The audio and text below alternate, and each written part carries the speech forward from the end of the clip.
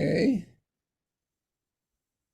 And if you would all be so kind as to mute yourself, but before we start, we have a special guest tonight. I'd like to ask Phil Bolton to introduce his daughter, Trina. Phil, you would unmute yourself. Thanks so much for letting Trina join us. She's always loved tennis, and for 10 years, she worked at the State Department in sports diplomacy. And so she's interested in all the ramifications of sports and wanted to tune in. Thanks so much for letting her do so. Sure. Trina, you want to say hi? Hi, thanks for welcoming me into the scene. It's really an honor to join you all, the Wise Williams crew. And yes, due to my time at the State Department, working in sports diplomacy, I'm always enthused to learn about people and organizations using sport for social good at home and abroad. So this is a really special opportunity, and I look forward to learning more. Great. Glad to have you. So, good evening. My name's Alan Stern, if you don't know me. It's wonderful to be back with all of you after taking the summer off. And before we get into this evening's presentation, I'd like to thank all the members of the Zoom Planning Committee who meet regularly, even during the summer, to brainstorm ideas and chat about what might work for interesting Zoom sessions. So thanks to Ron Bodenson, Gordy G., John Huffnagel, Larry Ricketts, Harry Tether, John Vipond, and Ken Wilcox. I didn't know Herb Shultz well when I was at Williams. It wasn't until my wife Susan and I moved to the Albany, New York area in 2008 that we began running into Herb. When Susan was at Russell Sage College, I would attend many of the women's tennis matches, and I got to know some of the players. One young lady one day began telling me about this tennis organization that she volunteered at called 15 Love that worked with minority kids in the Albany area. She really enjoyed it and thought it was doing great things. Well, who started that group, I asked. Some guy named Herb Shultz, she replied. Well, I know Herb Shultz. I went to college with him. And that's when I first learned about 15 Love and of Herb's involvement with it. We're lucky to have Herb with us this evening to tell us a little bit about the organization, about how it got started, and what it's meant to his life. But first, a little short biography. Herb worked in banking for 25 years with manufacturers Hanover, first in New York City from 67 to 72, and then in the Albany, New York region, 1973 to 1993, ultimately as regional president. He joined Fenimore Asset Management, a privately owned investment management firm based in Cobleskill, New York in 1993 as president and chief operating officer. He served in that role through 2004 and then continued as a Fenimore director through 2023. Herb attended Millbrook School, Millbrook, New York, and then earned a BA in American Studies from Williams and later received an MBA from Union College. He has served numerous not-for-profits in various capacities as an officer and board member covering the arts, healthcare, business, youth organizations such as 15 Love, faith-based ministries, community foundations, and educational institutions. Herb lives in Niskayuna, New York, a suburb of Albany, and is married to Cynthia for 53 years now. They have 2 sons who both live in Portsmouth, New Hampshire, and 4 grandchildren. Herb, over to you. Thank you very much, Alan. It really is a pleasure to be able to join the group, and I'm thankful for everybody who's willing to share an hour or so together. I think the fellowship that we gain through these Zoom meetings has been great, and hopefully what I have to say tonight might be of interest. There are 3 things I'm going to talk about. First, a little bit about my own life journey, and then, of course, 15 Love, and then at the end, talk about the theme of serving others. So I'll start with my life journey after our graduation in 1967, when we left the Purple Valley and did other things. I was fortunate enough at the end of the summer to get a 1Y deferment in the military, which enabled me, because of a bad hip, which I ultimately got replaced several years later. But so it gave me the opportunity to start out on some type of a career of which I didn't know what it would be. I thought business to some extent. And so I thought of how do I go about this process, and said, well, I'm going to call Manton Copeland. Manton, as you know, was the brother of our Dean of Admissions, Fred Copeland, and he headed up the career counseling office. I don't know if anybody else ever used his services, but I did. And I told him I'd kind of be interested in business. I didn't really know what. And he took a look at my transcript, and he said, his comment was, and you graduated from this place? And I said, barely. But anyhow, he was agreeable to set up some interviews with some commercial banks in New York City. And I landed a job with Manufacturers Hanover in their management training program, which was like a 2-year program. And, you know, becoming a credit analyst and ultimately loan officer. I traveled I was in the national division, so I was traveling in the mid-Atlantic states, Maryland, Delaware, DC, and southern New Jersey, which it was really a fun thing to do. New York was a fun place to be in those years.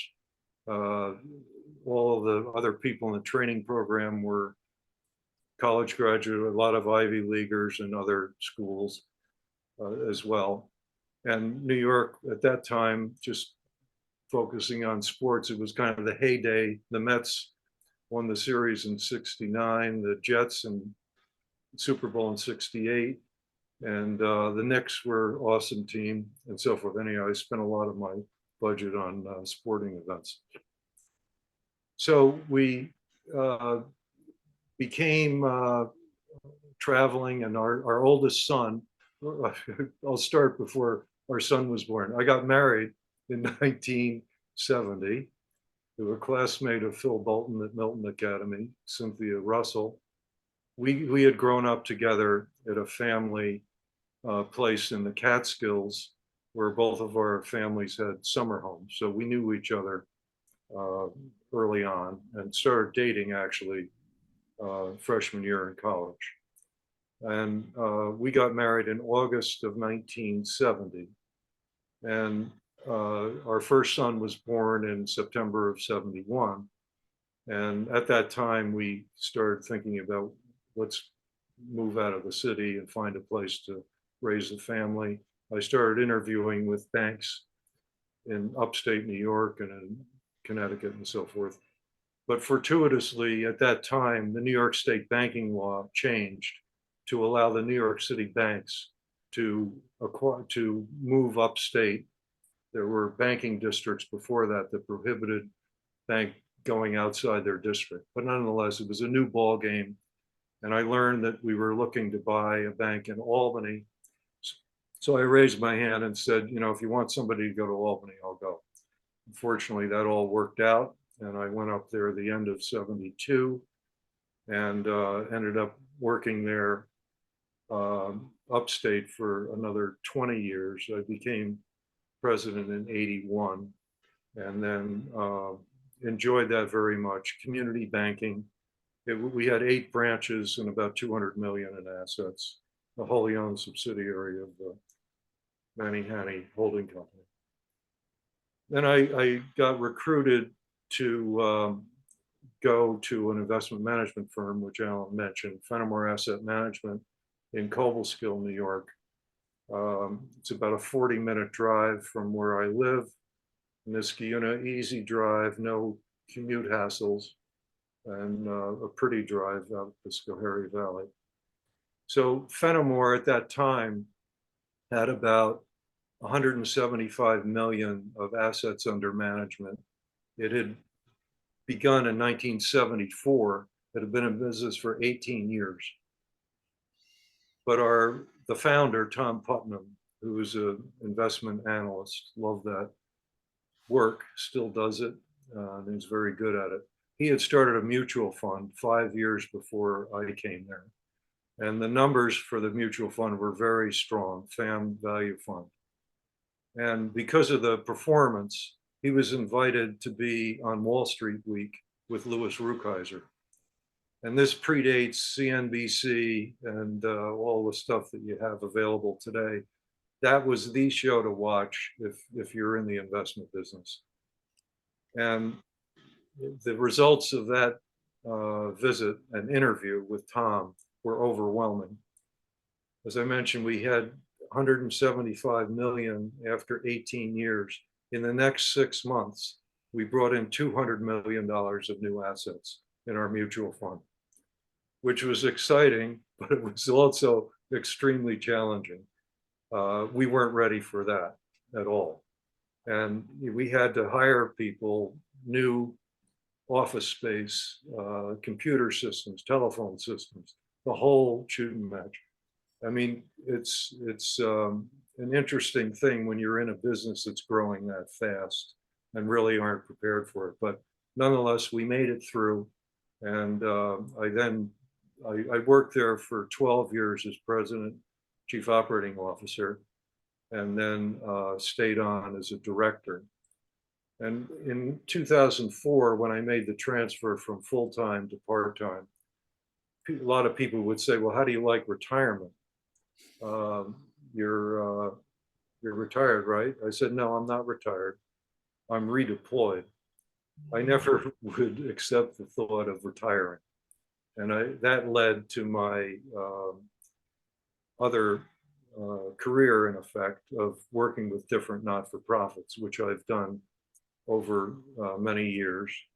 And the one that I would like to focus on, of course, is 15 Love, which has provided a lot of enjoyment and satisfaction over the past 34 years. So the 15 Love story starts with a phone call. In the summer of 1989, I got a phone call. I was working at the bank from a friend of mine who had just driven by Arbor Hill Park, which is an inner city park in Albany. And there are 3 tennis courts in that park. He drove by in the middle of the summer, beautiful day, nobody using the tennis courts, nobody around the tennis courts. He called me up. He knew I had an interest in tennis and an interest in working with inner city kids. And he said, Herb, I just drove by these courts, explained the situation. He said, what are we going to do about it? And that question really resonated with me. I began thinking, what can we do to make a difference using these courts somehow and get the kids in the neighborhood involved? And I called 2 of my close friends, squash playing friends. One was an attorney, one was in real estate. And I thought they would be interested in pursuing this concept of starting some kind of a tennis program in the inner city. And sure enough, they were interested and got on board early on. We really had no idea what we were going to do. None of us had experience running any kind of program like this. We thought maybe we'd have a recreational tennis program and have some kids come out and have some fun. We had no concept whatsoever at that time what 15 Love would ultimately evolve into. While we were trying to discern what we would do and how to get this started, I learned about this African-American guy who grew up in our area and during his day was one of the top tennis players in the Capital District. His name's Kevin Dowdell. And Kevin, after graduating from high school, went to Princeton and was the co-captain of the Princeton tennis team. And then after that, he got his MBA at Wharton. And then after that, he started working with Arthur Ashe. And at that time, there was a program called the ABC program, Ashe Bollettieri Cities program, which involved Arthur Ashe, Nick Bollettieri, and what they were involved with was exactly what we were trying to do. But they, of course, have been doing it for years. and that is create an inner city tennis program that is more than tennis. Education, positive values, and other elements of the program were really the real reason for the program. So they had programs in big cities like LA, Atlanta, Kansas City, Newark, New Jersey. So I tracked down Kevin and introduced myself and told him there's a small group of us that are thinking of doing something in Albany. Would he be interested? And he said, yes, I would. I said, follow-up question. Do you think Arthur Ashe would be interested? He says, I don't know, but I'll ask him. On June 6th, 1990, Arthur Ashe came to Albany and addressed a group that we had assembled to talk about a concept that we had, 15 Love. That's what we named it. And he is an incredible person. He's so eloquent, so passionate, and so convincing that morning, we had about 50 people in the room. We raised $80,000, enough to get our program started for the first summer. And that was rather remarkable that we got that going. Let me just look over here. Okay, we're going to show that morning when he gave his talk. We fortunately recorded his talk, just the audio. We don't have the visual, but we're going to show a video in a minute. It's a 6-minute video, but embedded in that talk are Arthur's words from that morning. And we'll hear that in just a minute. But I want to first, by way of background, to give you a little background before you see the video. The video, by the way, is something we put together at the 25th anniversary of 15 Love to kind of celebrate 25 years. We're now 34 years. But let me just read this 15 Love overview. And it talks about our mission and our operating principles and so forth. When the 15 Love program was started in 1990, we began with a straightforward mission to reach out in a loving, caring way to the youth of the capital region using tennis as the medium, especially in the inner cities of Albany, Schenectady, and Troy. We wanted to hopefully make a positive influence on the lives of kids living in these communities. 15 Love isn't primarily about tennis, but instead is about making a difference in kids' lives. Education, and particularly a college education, is an underlying goal, which otherwise is unlikely to happen for most of these kids. To Arthur Ashe, who helped us launch 15 Love, academics were much more important than athletics. We adopted 7 operating themes: to stress education, to promote good health, both physical and emotional, to instill positive values, to foster multicultural relationships, to encourage good sportsmanship, to support family preservation, and to give back to the community. Over the last 30+ years, 15 Love has largely succeeded in fulfilling our mission and adhering to our operating themes. The mission and operating themes have remained the same since the program began. While not perfect by any means, hundreds and hundreds of kids have benefited through their involvement with 15 Love. Our graduates testify to the valuable experience that was gained as participants. The program has grown over the years. There are now more kids involved, over 5,000 annually, and more programming elements, such as healthy living and gardening, book clubs, book giveaways, college scholarships, STEM classes, college prep, and leadership training. Overall, the focus of 15 Love continues to be engaging our youth participants from all backgrounds in a healthy and safe environment for personal growth and development. We exist to help and to serve our participants throughout their lives. One of the most significant outcomes of the 15 Love program is the meaningful role it plays as a second family for many of our participants. There's a very positive group dynamic experienced by participants in 15 Love. Time and again, when speaking about 15 Love's influence upon their lives, our graduates talk about the support they received, the experiences they shared, and the fun they enjoyed together with other 15 Love participants. Lifetime friendships have been made. Even as our graduates disperse geographically around the country, contact among our 15 Love family members continue to be maintained through social media and alumni gatherings.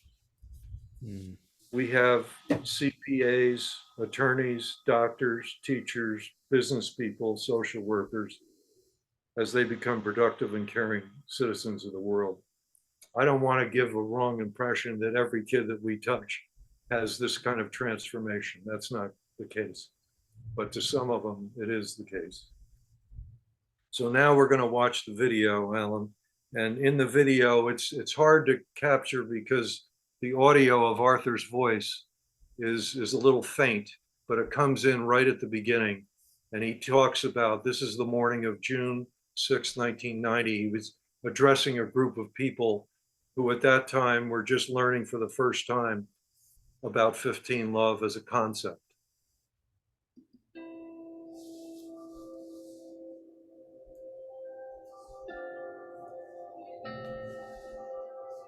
can possibly let them know very early on that the same two things that I was told when I was a kid drummed into me over and over and over again by my father, my teachers, my minister, my Cub Scout master. One, you are just as good as anybody else. But number two, you're gonna have to be twice as good for them to realize it. Very few blocks to make it in professional tennis. A non-team sport where once play starts, there's no coaching, no timeout, no substitute. You have to do it yourself. And I'm convinced, looking back at it, it was because it was drilled into me when I was a kid that you have to make your own way. You have to be responsible for your own future. That is what I see here more than any other place that I've ever been when I look at this potential collaboration. The glue that ties it all together are people like yourself.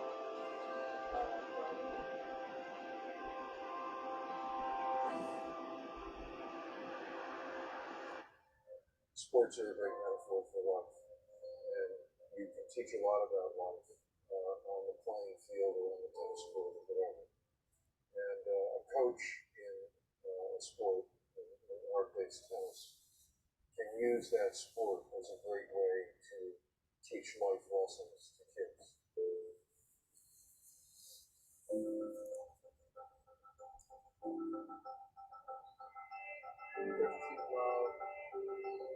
Is a place where kids who may not have all the options available, whether it's just afford them, or it's just have those options because of the circumstances.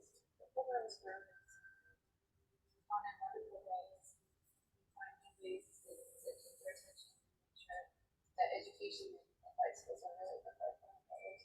A coach can have an influence on a youth that a parent and a teacher might not be able to have. The ability to play tennis and not just play tennis and learn how to play it, but an educational aspect to it as well, and life. I think it's just another camaraderie I have with my teammates and relationships that I had with my coaches and players that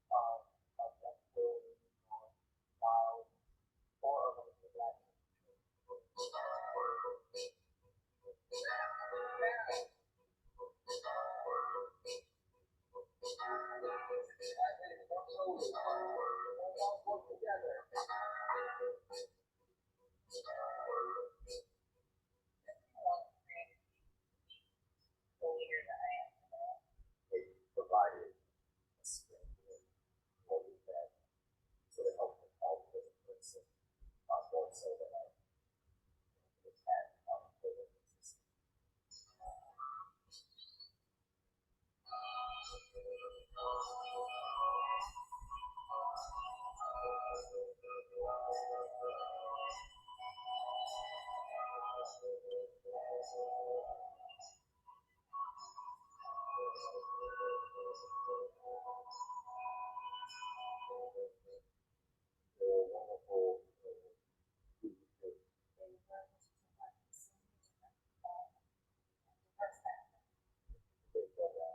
Yep.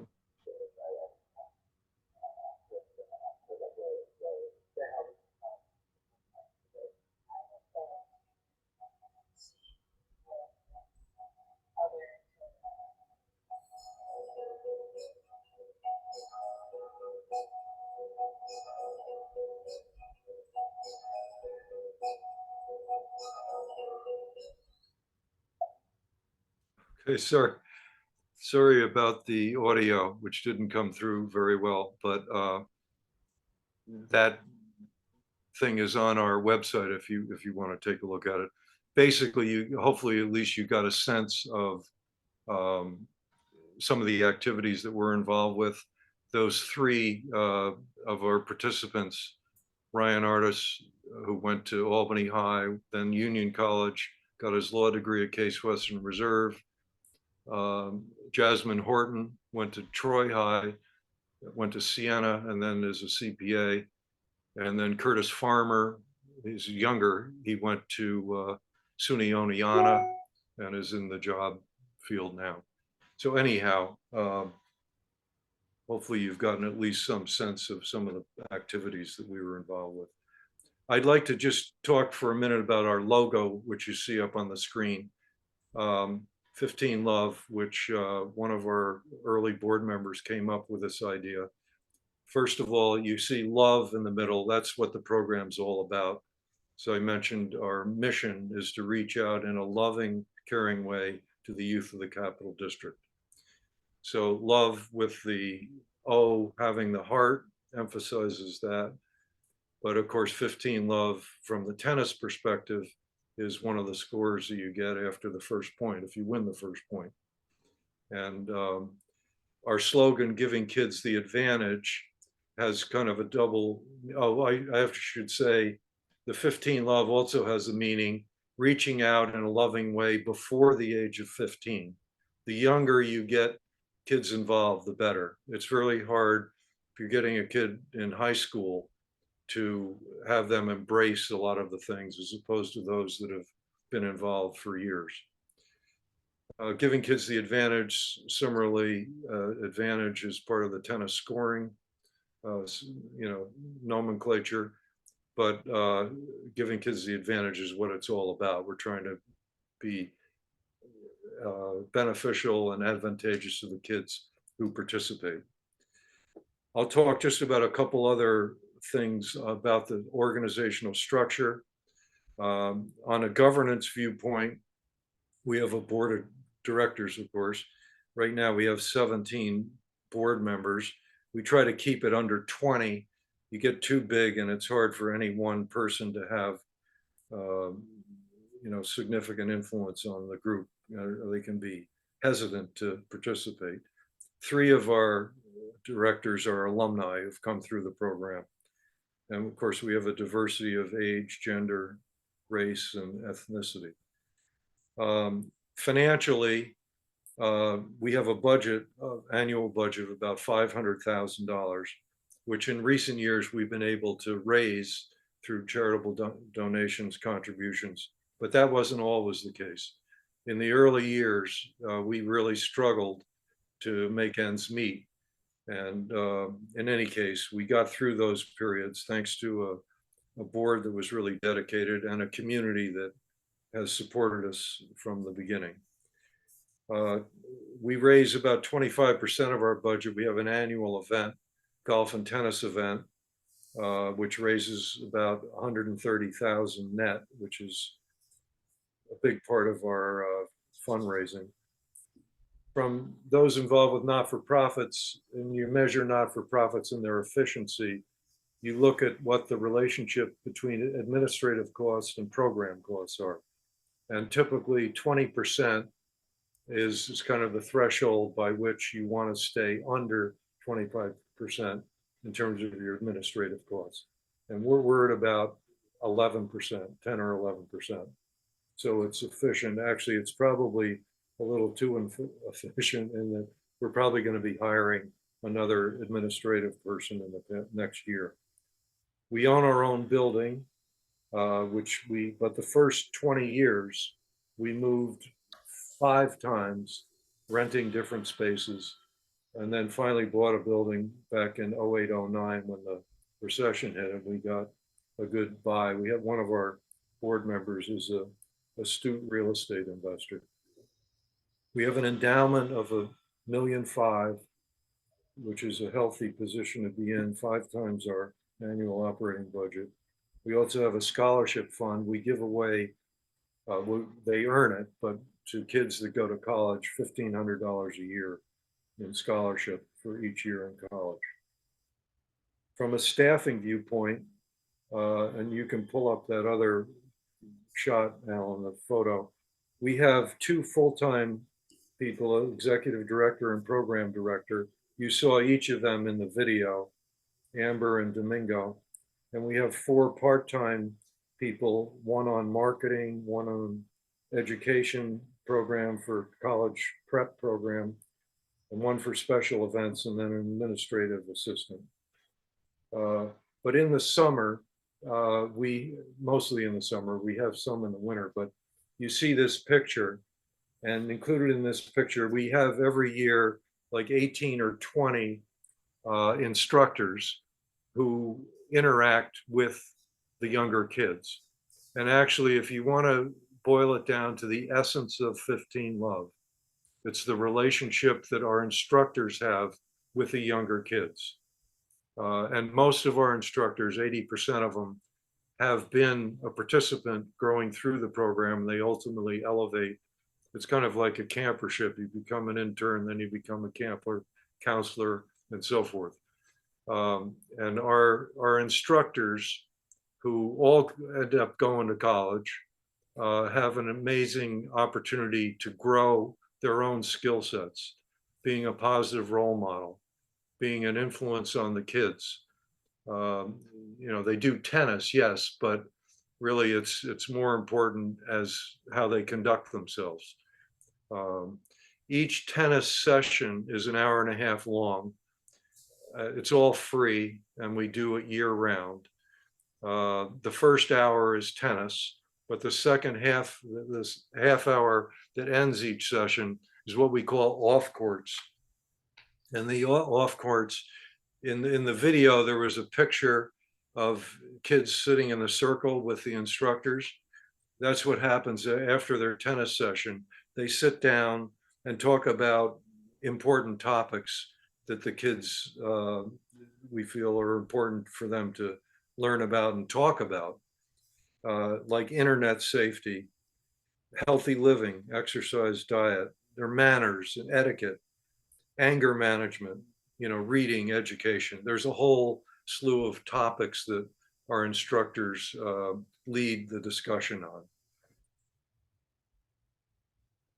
And basically, that's it. Alan, I don't know if you wanted to show those other. Yeah, we've got them up. I love this next slide. Okay, this was very recent. One of our kids, it was in the newspaper, one of our kids at one of our parks. By the way, we have about 30 sites overall. In the summer, we're in outdoor parks, maybe 15 or 20 of those. And then in the winter, we go into Boys and Girls Clubs, community centers, YMCA, and schools. We have portable nets that we can go into their gymnasium and teach tennis.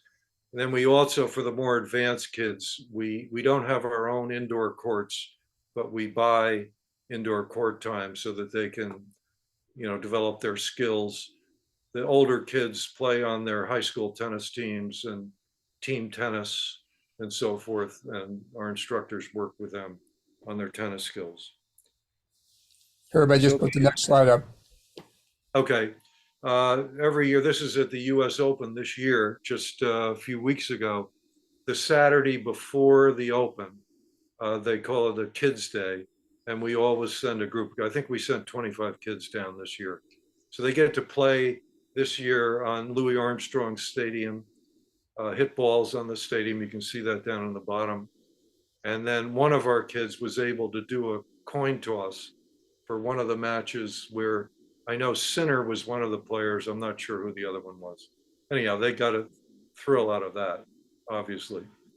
We do other kinds of things like this, go to theater, take hikes, do other kinds of activities beside just tennis. But this is one tennis-related field trip, so to speak.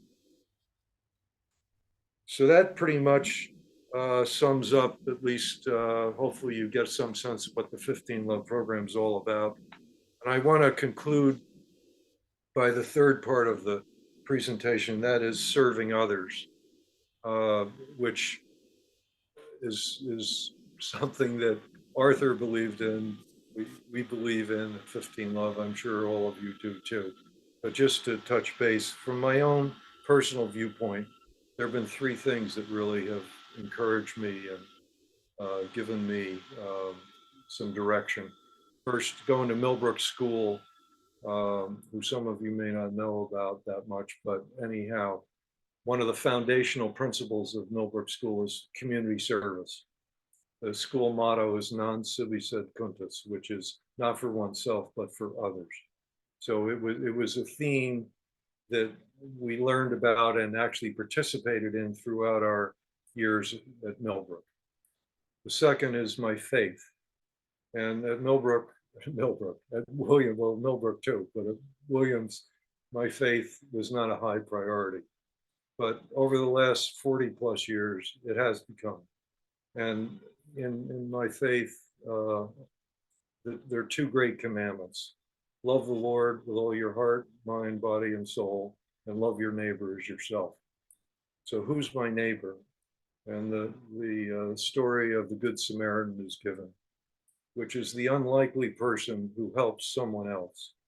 And I think it's really meaningful to find ways in which we can help others.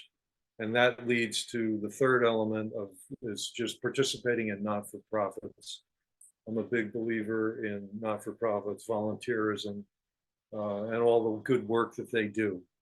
No pay, but it's worth much more than money in terms of what you can do. And the world of not-for-profits is just a fantastic place to be a part of, if you can. So I'd like to close by, on that same theme, a quote from Arthur. From what we get, we make a living. From what we give, however, we make a life. And that was his motto and mantra and what he did. So I thank you for the opportunity, and you could take it from here, Alan. Okay. Let's see. Are we still here? Yeah. Okay, I'm having a little bit of technical difficulty here. Let's see what happens. Okay, I can't see you guys, but I assume everything is okay. So we're going to have a breakout sessions in a couple minutes. I wanted to ask one quick follow-up question, Herb. Could you tell us a little bit more about Arthur Ashe? It's been 30 years since he was in the public spotlight, and many of us have forgotten the specificities of his life. Sure. Well, Arthur was born in 1943, a year before, most or 2 years before us. So we're in the same period. He was born in Richmond, Virginia, grew up there. And being a black person in Richmond, Virginia, the odds were against him from the beginning. But in the tennis world, which was totally white dominated, it's really miraculous what he accomplished. Against all these odds, he still is the only black to win the US Open, Wimbledon, and Australia Open, any one of those three, and he did all three.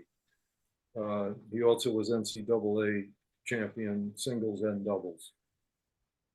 But and he became #1 player in the world. But Arthur was much more than a tennis champion, much, much more. And there's a great biography that was written just a few years ago called Arthur Ashe, A Life by Raymond Arsenault. And I just want to read 2 excerpts because it can talk better about what Arthur, more eloquently than I can, about Arthur and who he was. So Arthur knew from experience that there were no shortcuts on the road to true success. That's why he placed so much faith in hard work and so little in any form of favoritism, racial or otherwise. To be successful at the highest level, an aspiring player had to develop both the right attitude and the right skills early on in the educational process. That's why he put so much emphasis on the work of tennis institutions designed for children and adolescents.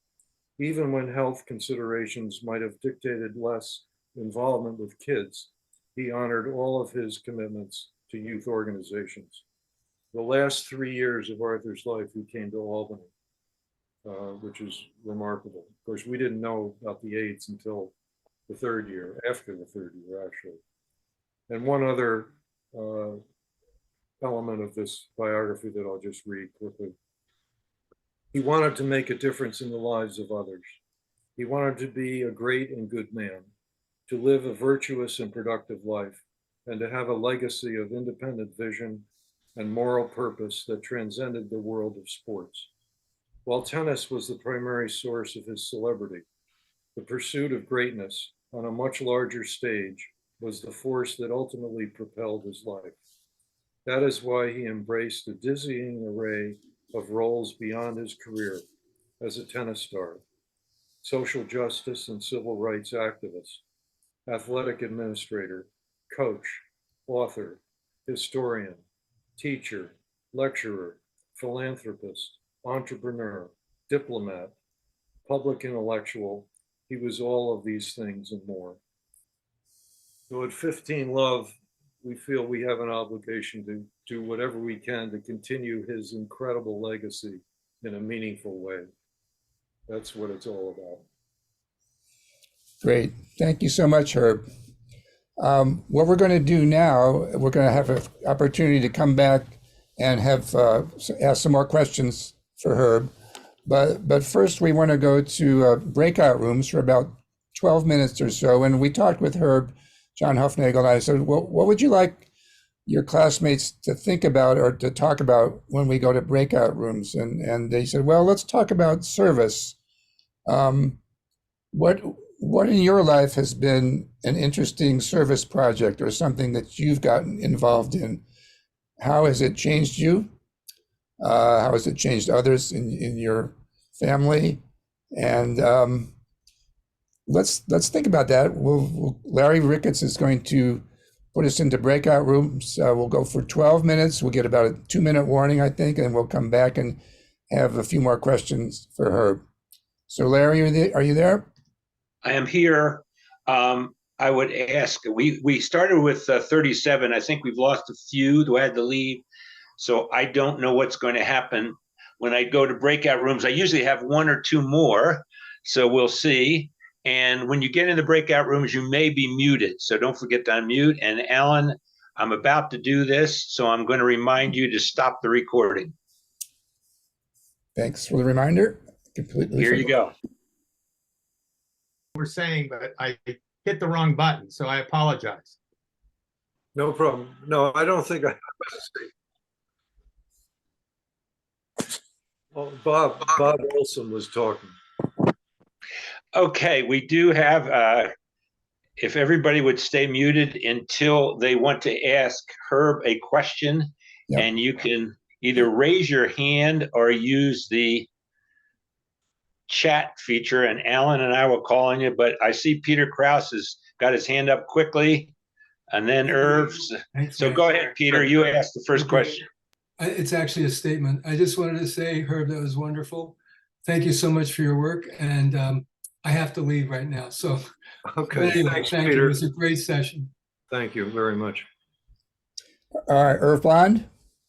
Yeah, Herb, that was great. I have to share with you and the group I did with my breakout group, but I could tell that you have a great admiration for Arthur Ashe. In fact, it looked to me like you even choked up a little bit when you first mentioned his name.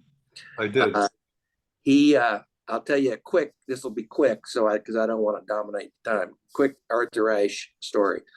You may recall during my presentation, Frank DeFord, the legendary sports writer, we were mutually involved with the Cystic Fibrosis Foundation. Frank DeFord met all the athletes, he'd met the top athletes in the country. He wrote about them.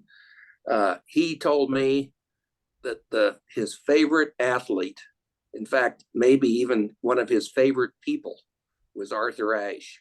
He said he was an amazing person, humanitarian, and obviously a great athlete.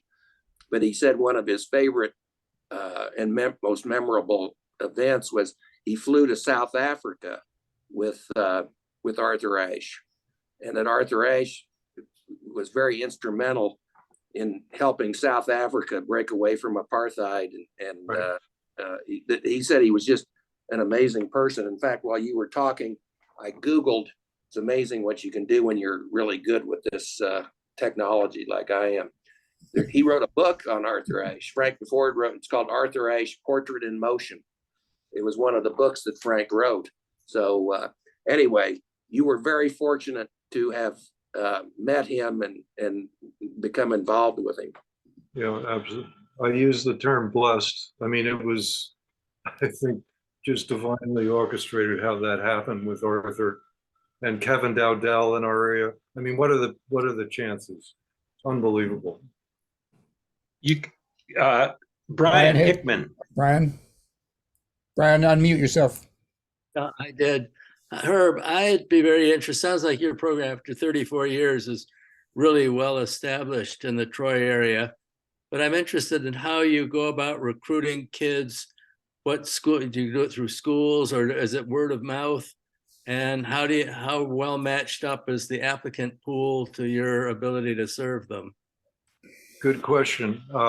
We go into the school, that came up in our little breakout group. Schools are the main way. We go to all the elementary schools, hand out flyers. We actually use the schools in the winter to teach tennis and operate our program in the winter. So that's a primary way. Word of mouth is the other thing, kids that are already involved.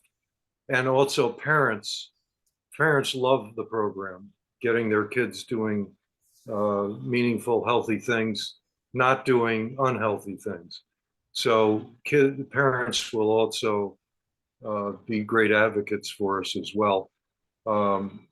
So, I mean, there's a limit to what you can do in terms of scale, given the limit of space on the courts and that type of thing. In the summer, we're very, very busy, but that's good. It's a good problem. Brian, how does that apply to the work you're doing in Rochester?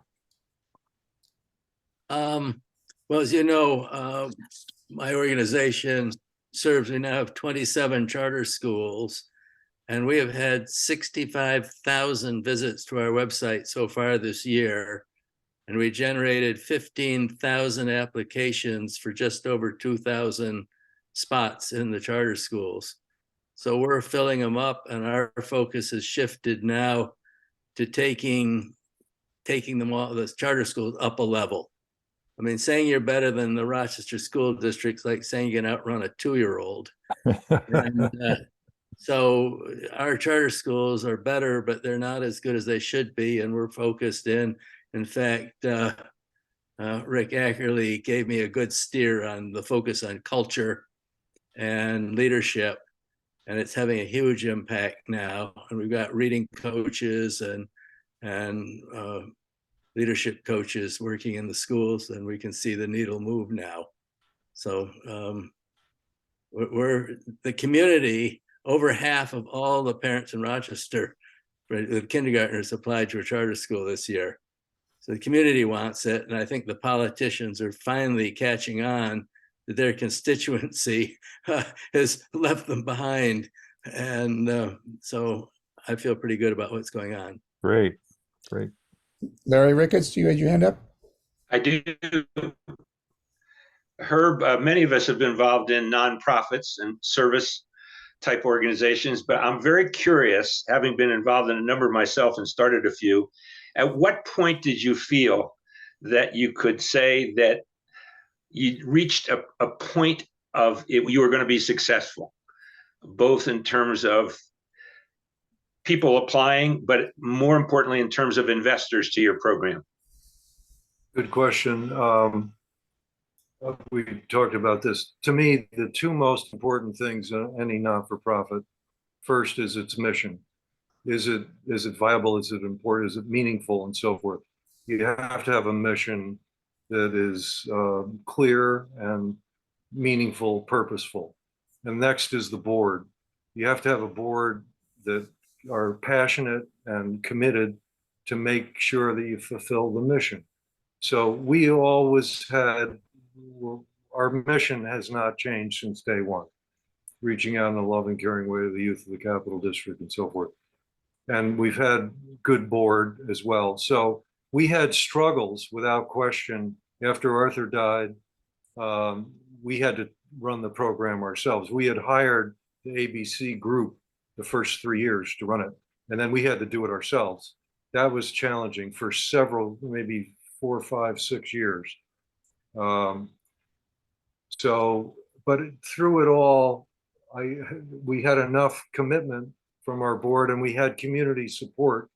Some of the people that were in that first meeting in June of 1990 that lent their support to the program after Arthur spoke. It would be hard not to support it after Arthur spoke, put it that way. He's so passionate and great communicator. We've had the same people, they still support us today. These are mainly, Albany does not have a lot of large corporate headquartered businesses, but we have family businesses and successful ones. And families have been involved with us from day one, are still involved with us. So I don't know if that answers the question, but I think I never had a feeling that we're going to go out of business or something like that, even though Yes. Yeah. tough times. Other questions for Herb? Anybody? Trina? Well, I felt lucky to be with Herb in the breakout session where I could thank him for his work. 15 Love is really an organization that we'd be proud to showcase to international delegations from around the world. And I love that you have your mission and your board and your alumni who you stay in touch with. I am curious, do you work with any kids with disabilities in your programming? I know that you have a limited scope. I'm just curious, when we have global programming, we always share the global lessons of ADA and of Title IX. So I was just wondering, I know that you have girls involved in your program, whether there are any children with disabilities. We have a whole program of adaptive programming.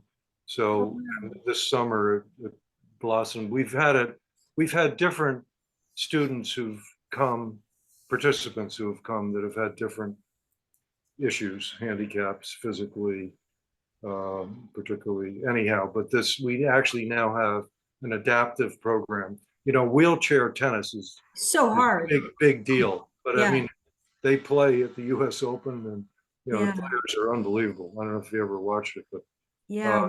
yes, to answer your question, yeah, we welcome all potential participants. That's great. Thank Uh, you. Paul Lipoff and then John Huffnagel. Paul? Look at that, I unmuted. Herb, the non-tennis portion of each session was like 1/3 of the total session, if I understood you correctly. That's right. Yep. And are there some I'm sure you make the kids aware of that before they sign up. And to what extent is there some kind of screening to make sure the kids can fit in, or you take everybody? And to what extent is that non-tennis portion a requirement? Well, it's to answer your question, it's not a requirement. If somebody doesn't want to participate in that part of the session, they would just leave. But we've never had an issue in 34 years of someone complaining about the topics that we're discussing. Our instructors talk to the kids about. The parents welcome the types of things that we engage in. And you couldn't hear it in the video too well, but a coach has a relationship with a athlete or a child that is different than a parent, different than a teacher. And it's much more, in many cases, much more meaningful. And the student, the participant, will listen perhaps more to a coach. And in this case, our instructors most of them are kids that came through the program. They can relate to the kids that are the younger ones in the program. So I don't know if that helps the question, but we get into topics that I think are universally positive. Of course, today nothing's universal. So much dissension and polarization, but we try to be as loving and caring and talk about things that are going to be beneficial to the kids in their lives. Great, thank you. Huff? Herb, just a question I had was, you've been using tennis as a means to getting to the kids. Have you seen any tennis players come out of this program, and really where are they directed, and how do you push them along if it's something that's a real success for them? Good question. We really don't have there's some tennis programs that really are elite programs, like Nick Bollettieri, his tennis academy down in Bradenton, Florida. You know, we're not about that, trying to make professionals, but we've had several Division I players and many Division III players come out of the program. The thing about it, though, you know, if you're a tennis player, you meet another tennis player, and all of our kids are tennis players. There's kind of like an instant bonding. You know, they have an activity that connects them. And I'm a believer in a not-for-profit that if you don't use tennis, you can use many other things to connect a pupil or a student or a participant with a coach, a teacher, whatever. It can be the arts, it can be dance, it can be music, whatever it is. You have an activity where an instructor is, in a loving way, is trying to work with a younger person through that medium. But the relationship that they develop is the important part of it. The activity isn't as important as the relationship that they develop through a common activity. And in our case, it's tennis. Yeah, how do you measure heroes in terms of your organization, where the kids can see somebody, wow, this person has really done an amazing job, and is there some way that you really honor them in different ways? Well, a hero in reading, a hero in tennis, a hero in each of the areas that you work. Yeah, well, we wouldn't honor anybody because of how they play tennis. We would honor a person on how they conduct themselves. Right. If someone is one of our kids, time and time again, you hear when our kids are playing team tennis, you hear from the coaches on the other side or the parents, your kids are so well behaved. How do you do it? How do you make them that? Well, it's not, it's just, that's what the standard, that's what Arthur, his standards were beyond anything anybody could imagine. When he, as a black tennis player in a white world, he had to excel in the game, but he also had to be very careful of watching himself in how he conducted himself. You never saw Arthur ever throw a racket or anything like that. As who was saying the contra Bobo was in our breakout between Jimmy Connors and Arthur at Wimbledon. When Arthur beat Connors, Connors was the heavy favorite, but two totally diametrically opposed personalities. But it's the conduct that we promote and give credit to, not the tennis. Oh, excuse me. Great. Thank you, Herb. I'd like to thank Herb for a fascinating evening. His story is just really inspiring, and we really enjoyed it. Thanks for all the work you put in, Herb. Really appreciate it. Thank you all. It's a pleasure. I really appreciate everybody's visual and participation and sometimes audio. It's great. Thank you. And we'll talk about coming attractions very, very briefly. October 19th, Bob Plunkett. Larry, you want to talk about Bob Plunkett a little bit? Because you'll be the moderator. Quickly, this is really, it's a Zoom not to be missed. It isn't often you have a classmate that is out of nowhere featured through a comic fictional novel he wrote in 1983 and was rediscovered. New York Times, Atlantic, Washington Post, Paris News, everybody has picked up on it. And the Washington Post says, you can read it for yourself and see whether you agree with the critics. It's rated by the Washington Post as the top 5 books of great American comic fiction. So Bob has been discovered. I don't know how many of you knew Bob Plunkett at Williams. He was in Sage A with me, and he is absolutely a raconteur, a storyteller. He spent his career writing a gossip column for a Sarasota newspaper and has met amazing number of people. So don't miss it. And thank you, Larry. And then on November 16th, we have Peter Watson speaking about. I just want to say I read Bob Plunkett's novel, Searching for Warren Harding, at the suggestion of our classmate Gardy Gillespie's dear spouse, Stevie, and it's hysterical. Probably read it about 20 years ago. Okay, so we were talking about November 16th. We have Peter Watson, who's with us tonight. Hi, Peter. Peter. Talking about 40 years to deliver an unexpected career in maternal fetal medicine. Peter will talk about his career in high-risk obstetrics, serving mothers and fetuses with problems before, during, and after pregnancy. Pete, did you want to say anything? No. Okay.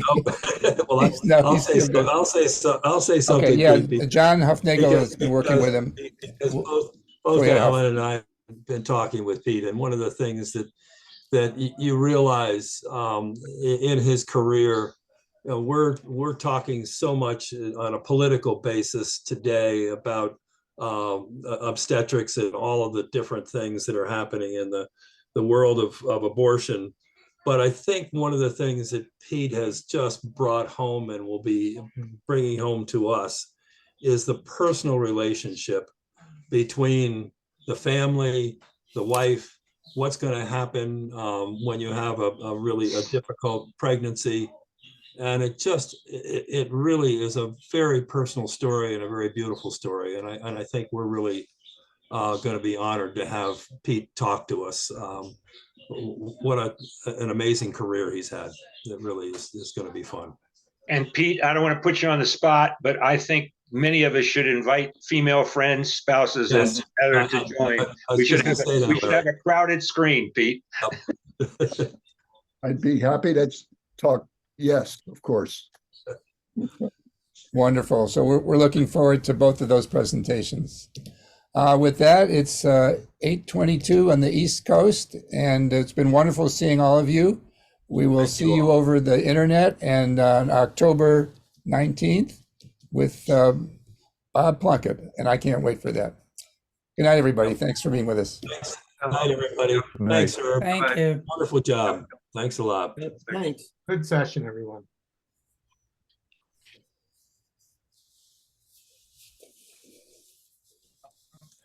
Hey, Al.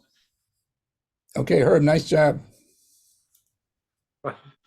We're still in. Thank you guys, Alan, and Yeah. Okay, well. we'll be in touch. Yeah, okay. Take care. Sure. Let me stop the recording.